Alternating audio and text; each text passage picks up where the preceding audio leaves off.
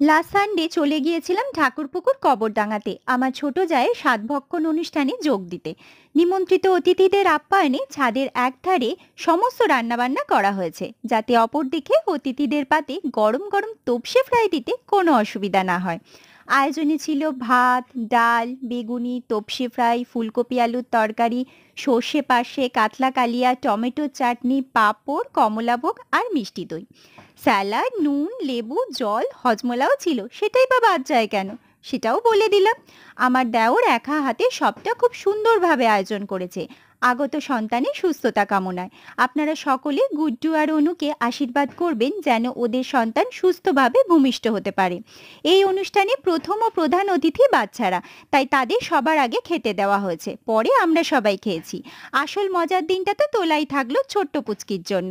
তবে রবিবারটা তার আসার আনন্দে ভালোই কাটলো।